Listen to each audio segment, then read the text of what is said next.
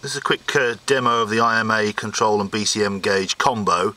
This is a very quick view inside the IPU compartment where you can see my gauges mounted amongst the rat's nest of wires.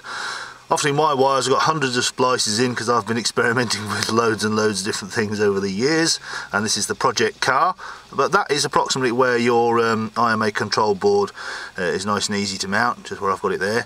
So now we'll go to the front of the car and have a look at the features and have a test of it. Just to bear with me while I position myself in the vehicle. Shut the door. So, first of all, I've got my BCM gauge hacked into the little cubby hole that we have on UK cars here. It's very dirty actually, I'll just get the wipe. Dusty. Again, I'll just have that there for mounting purposes, for testing purposes. And to the steering wheel, you've all seen this before. Now we've got the 5-way switch. Turn the steering lock off.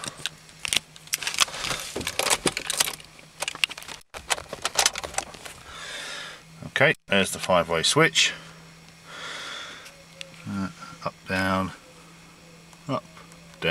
left, right, and press centre. And that's using a CVT cable reel, but it is possible to do it with a manual cable reel. It's just a little bit more tricky because it doesn't come with the handy connectors fitted, unfortunately. Right, so we'll just start, turn ignition on as normal. Ignition on, and go to the display. You see some figures there. At the bottom line is the standard BCM gauge core functions.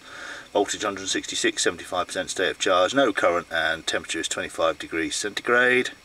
The top line, that's a little bit more sort of technical, if you like. The D over on the left hand side, that's the duty cycle, and that will change as we modify the IMA Control duty cycle.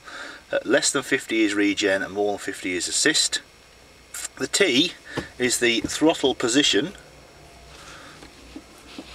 And once the engine's running, if I push that up and down, that'll give a constantly changing reading which tells us where the throttle position pot is. The R, that will change to a 1 to indicate rally mode, i.e. when your foot is right down on the throttle and the system's giving maximum assist. And the C at the right hand side, that's a test value for my testing at the moment. That basically tells me how long a particular button has been pressed on the little 5-way button, so I can have some functions based on time, the amount of time that the button's being pressed as well. Okay, so looking at the system now with just ignition on, the 5-way button at the moment is inoperative without the engine actually running. I think that's quite an important safety feature. So it won't do anything until the engine's actually started, and you have to start it in the normal way at the moment. Foot on the clutch. Oh, there we go. So engine now ticking over as normally. It's stone cold, so obviously it's ticking over quite fast at 1800. Now at this point you can then operate the manual assist, etc., and again you can put your foot on the throttle if you want to. So I'm going to activate some regen, and you can immediately hear the engine note change. If I look at the display, sorry it's so bright, you can see we've got 8 amps of regen going on now at tick over. And you can increase that up or down by jogging up and down on the buttons. I'll just cancel that. Now I'll just engage it again. So it's engaged again now, the engine note drops down.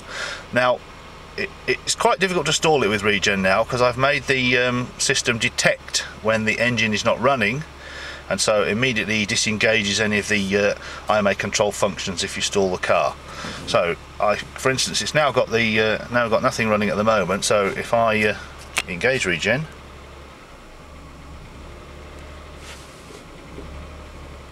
I've got some regen going at the moment. I put my foot on the clutch, that immediately disengages it. I ditto with the brake. Now, so if I add some assist, just jog the little button over, 1 click to the right, jog it over again. We're going up to 50% assist, back down again.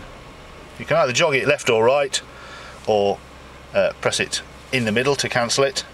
Now rally mode is very straightforward. Put your foot down and you get instant maximum assist, and that cancels any settings that are previously been defined with the switch when it disengages. So you can just put your cruise mode on, back on if you want to, or back off again. So the core functions are working quite well. Got your temperature, state of charge, current, voltage. You can tell what the IMA Control is trying to do by looking at the gauge for the duty cycle, etc. You can see where your throttle position is, and you've got your little 5-way pot, and that controls all the basic functions. And hopefully it'll be useful, and we'll get some good ideas to develop it once people have got a few installed over in the UK and Europe. Thanks for watching.